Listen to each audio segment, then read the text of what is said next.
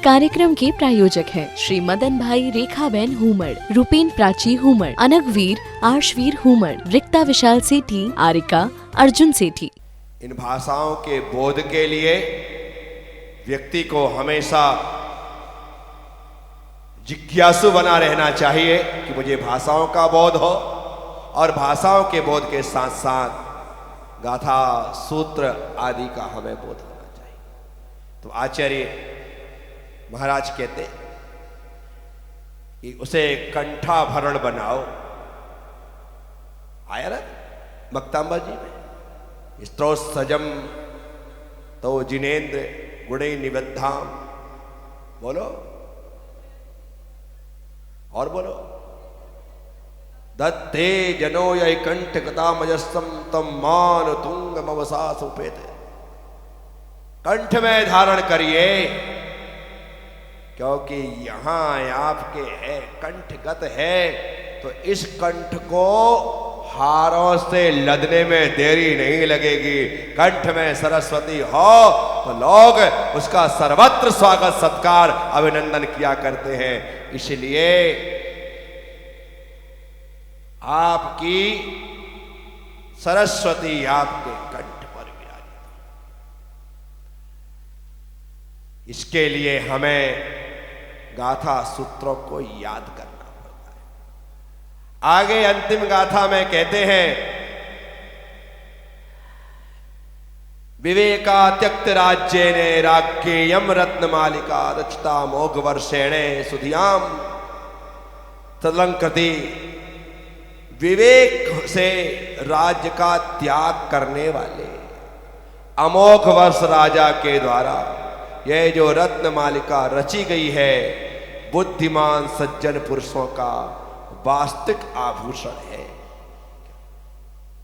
जो राज ऋषि अमोघ वर्ष हुए, अर्थात जो राजा अमोघ वर्ष हुए, वे ज्ञानी थे, विद्वान थे, और उन्होंने राज अवस्था में ही इस रत्न मालिका का सृजन कर दिया था। जब इसका सृजन उन्होंने कर दिया, करने के पश्चात स्वाविवेक जागृत हुआ, हे उपाधेय का ज्ञान हुआ, मुझे राजपाट संसार की ये मोह माया छोड़ देना चाहिए, ऐसा बोध हुआ। और उन्होंने राजपाट का परित्याग करके राज ऋषि से मुनि अवस्था उन्होंने धारण कर ली, मुनि बन गए। पहले के राजा महाराजा अंत समय में निमित्त मिलते ही राजपाट का त्याग कर देते थे, और कठोर से कठोर साधना तपस्या करके, कई कर्म काट करके मोक्ष चले जाते थे, कई स्वर्ग का सुख भोगते थे, और वहां से आकर के मोक्ष चले जाते। राजपाट छोड़ना जरूरी है, घर बार छोड़ना जरूरी है। हम सोचें खाते पीते गृहस्थ जीवन जीते हुए ही मोक्ष सुख की प्राप्ति हो जाए, संभव ये छोड़ना पड़ेगा। घर गृहस्थी में तो उलझन के अलावा कुछ भी नहीं है। हम सिर्फ दिखावे के लिए हंसते हैं, हकीकत में तो हर व्यक्ति समस्याओं से ग्रस्त है। ऊपर से हम टीप टाप लगते हैं, लेकिन भीतर से कुछ भी ठीक ठाक नहीं है। क्या ऊपर से तो बढ़िया चमक दमक सब कुछ दिखाई देगी, उसमें कोई कमी नहीं है, घूमना फिरना मौज मस्ती करना सब चल रहा है, लेकिन भीतर की जो स्थिति है वो तो सिर्फ भीतर वाला ही जानता है। बाहर वाला तो बाहर देख देख करके कहते यार इनसे अच्छा तो कोई नहीं, इनसे सुखी तो कोई नहीं, इनसे अच्छा कपल तो कोई दूसरा नहीं। इनसे हकीकत में पूछो क्या है, कि ये सुख भीतर भी है या सिर्फ बाहर ही दिख रहा है, ये खुशी भीतर भी है या बाहर ही दिख रही है। तो कहेंगे शांत रहो वही अच्छा है, कुछ मत पूछो वही अच्छा है। क्या हो भीतर से तो दुनिया की परेशानियां हैं। हर व्यक्ति दुख रोना रो रहा है। कोई इसलिए परेशान है उसके पास कोई धंधा नहीं, कोई इसलिए परेशान है कि धंधा तो है लेकिन मंदा है। अब किसी का धंधा मंदा नहीं है तो उसकी यहां काम करने वाला बंदा नहीं है, और किसी के यहां काम करने वाला बंदा है तो बंदा विश्वसनीय नहीं है, बहुत चोरी चकारी करता है। क्या करो, किसी का धंधा नहीं, किसी का धंधा है, धंधा मंदा है, मंदा के पास अच्छा धंधा है लेकिन बंदा नहीं है, और बंदा है तो विश्वसनीय नहीं है, चोरी चकारी कर रहा है, खूब चूना लगा रहा है। क्या करोगे आप? धुआंधार बिजनेस है, चारों तरफ से छप्पर फाड़ के आ रहा है, लेकिन ईमानदार लोगों की कमी है, इसलिए लोग लगातार चमकते हैं। ये लो, ये तो हुई व्यापार में। किसी के पास सर्विस नहीं है, नौकरी नहीं है, किसी के पास नौकरी है तो नौकरी अच्छी नहीं है, किसी के पास अच्छी नौकरी है तो बहुत दूर है, बहुत दूर है नौकरी तो बराबर तरीके से पैकेज नहीं है, पैकेज है तो संतुष्टि नहीं है। क्या करोगे बताओ मुझे? किसी की शादी नहीं हो रही है, किसी की हो गई है तो मुसीबत घर आ गई है। अब किसी की मुसीबत नहीं है तो संतान नहीं हो रही है, संतान हो गई है तो बीमार पड़ी है? बीमार नहीं है तो इतनी उदंड है कि चूल्हे में मूत दे। क्या करो? नाक में दम कर रखा है। उदंड नहीं है तो मंद बुद्धि है, पढ़ता ही नहीं है, पढ़ता है तो याद नहीं होता है। बताओ है कि नहीं घर घर की कहानी? कहीं ना कहीं तो आप टकराओगे। बेटा बेटी है, काम धंधा है, नौकरी पैसा है, सब कुछ है, उम्र 28 साल की लड़की हो गई, 29 साल की हो गई, 30 साल की हो गई, लड़का 32 साल का हो गया, 35 साल का हो गया, शादी नहीं हो रही। शादी हो गई, 15 दिन बाद लड़ाई झगड़ा चालू, डिवोर्स की नौबत आ गई। क्या करो? बोलो, नहीं हो रहा। कोई शादी के लिए चिंतित है, कोई शादी की सगाई हो गई, सब कुछ हो गया, अब शादी कैसे करूं इसके लिए चिंतित है।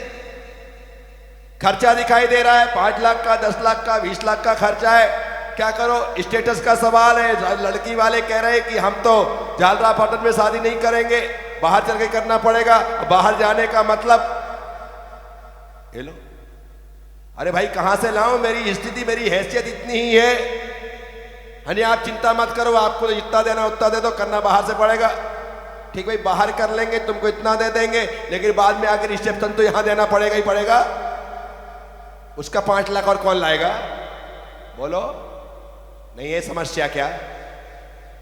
तो जब हो गया 15 दिन बाद, महीने भर बाद लड़ाई झगड़े चालू होते, लड़की जाकर के पीहर में बैठ गई, आने को राजी नहीं है। अब चक्कर काटो, बुलाओ, समझाओ, नहीं हो रहा सेट। क्या करो? एक दिन आया, डिवोर्स की तैयारी। अब डिवोर्स की तैयारी, लड़की वाले भी कम नहीं, 20 लाख चाहिए। अब 20 लाख लाओ कहां से? जितना चढ़ाया था वो पूरा वापिस करो, 20 लाख रुपए दो, महीने का फिक्स करो, इतना दोगे। हे भगवान, ये शादी थी, मुसीबत थी, किसने कहा था करो? तुम कोई शौक चढ़ा?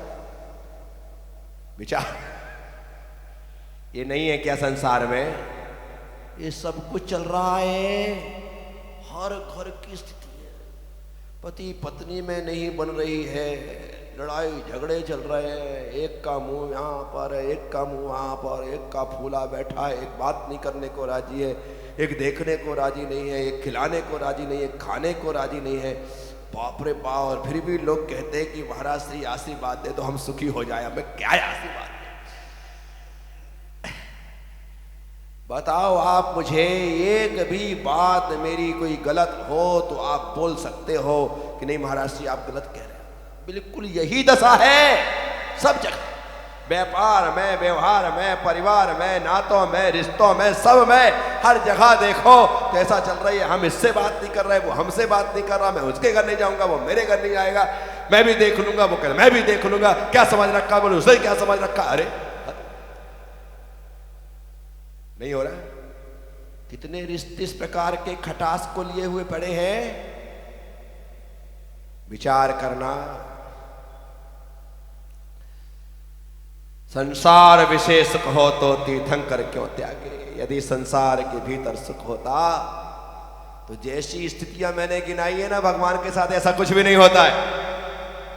फिर भी वो छोड़ देते हैं क्योंकि उनको दिखाई देता है कि संसार का सुख सुख नहीं है, यह तो दुख ही है। लेकिन तुम हो कि तुम्हें दुख में जीने की आदत पड़ गई है। अब तुम्हें वहीं अच्छा लगने लग रहा है। तुम्हें लगता है नया नया जूता था, शुरू में काटता था, बाद में फिट हो गया। क्या बाद में फिट हो गया?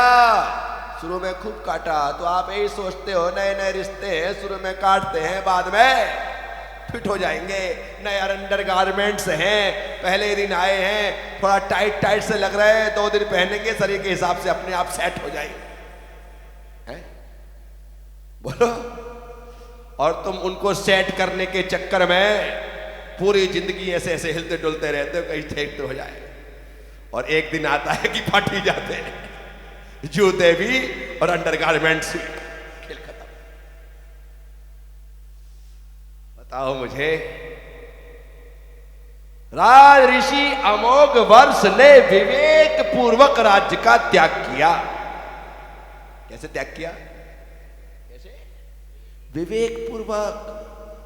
और तुम घरबार का त्याग नहीं कर रहे हो। पता है क्यों? क्योंकि तुम्हारे पास विवेक नहीं है। जिसके पास विवेक होगा वो घरबार का त्याग कर देगा, और जिसके पास विवेक नहीं होगा वो घरबार में ही जकड़ा रहेगा, घरबार को ही पकड़ के बैठा रहेगा। साथियों, मैंने तो ऐसे कई उदाहरण देखे हैं जिन्होंने छोड़ने के बाद फिर पकड़ लिया।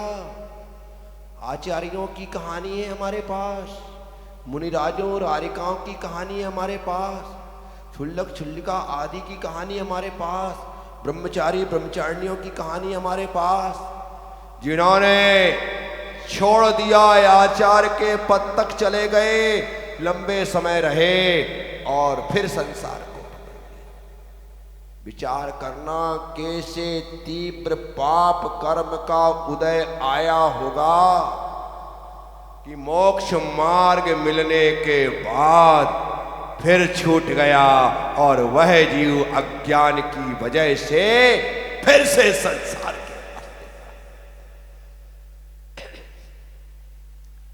जन्मों के पुण्य के बाद मोक्ष मार्ग मिलता है। किसके बाद? जन्मों के पुण्य के बाद। पाई पाई पुण्य की इकट्ठी की थी, और उस पाई पाई को इकट्ठे करके हमने मोक्ष मार्ग पाया था। लेकिन हमारी नादानी नासमझी की वजह से, हमारी अज्ञानता और अविवेक की वजह से वह मोक्ष मार्ग छूट गया। साथियों, इसलिए इस काया को देव दुर्लभ तो कहते ही हैं, लेकिन इस संयम को पाने के लिए देव तरसते हैं। देव देव स्वर्ग के देव, वैमानिक देव, 16वें स्वर्ग तक के देव, 9 ग्रैविक 9 निदेश तक के देव, अरे पंचनुत्तर अर्थात सर्वार सिद्धि में रहने वाले देव भी इंतजार करते हैं कि वह दिन कब आएगा जब मैं यहां से च्युत होकर के मनुष्य पर्याय धारण करके दिगंबर अवस्था को स्वीकार करूंगा और तुम्हें यह पर्याय मिली, मनुष्य की पर्याय मिली, मनुष्य का जीवन मिला, गुरु का सानिध्य मिला, उनका उपदेश मिला, उसके बाद भी वैराग्य ना हो तो समझना अभी विवेक जागृत नहीं हुआ। अभी तुम कान से तो सुनते हो लेकिन विवेक से नहीं सुनते हो। जिस दिन विवेक से सुनोगे उस दिन वैराग्य हो जाएगा। अभी कान से सुन रहे हो इसलिए वैराग्य में वह कारण साथियों, मैं आप सबसे जिस संसार के सुख को पाने के लिए तुम लालायित रहते हो वह संसार का सुख सिर्फ नाम का सुख है। हकीकत में तो संसार का सुख दुख ही है। आप सब लोग तो राज ऋषि अमोघ वर्ष ने विवेक पूर्वक राज्य का त्याग किया। त्याग करने के बाद त्यागी हुई चीज को वापस ग्रहण नहीं किया जाता। इसे हमारे आचार्यों ने उदाहरण दिया है कि कोई व्यक्ति भोजन करे और भोजन करके वॉमिट करे और वॉमिट करके फिर उसे चाटे, उसे खाए, तो विषयों को छोड़ करके विषयों को ग्रहण करना एक खुद के बमन को चाटने जैसा और खाने जैसा है, ऐसा आचार्यों ने लिखा है। साथियों, जिस चीज को छोड़ दिया छोड़ दिया, जहां से मुंह मोड़ लिया मोड़ लिया।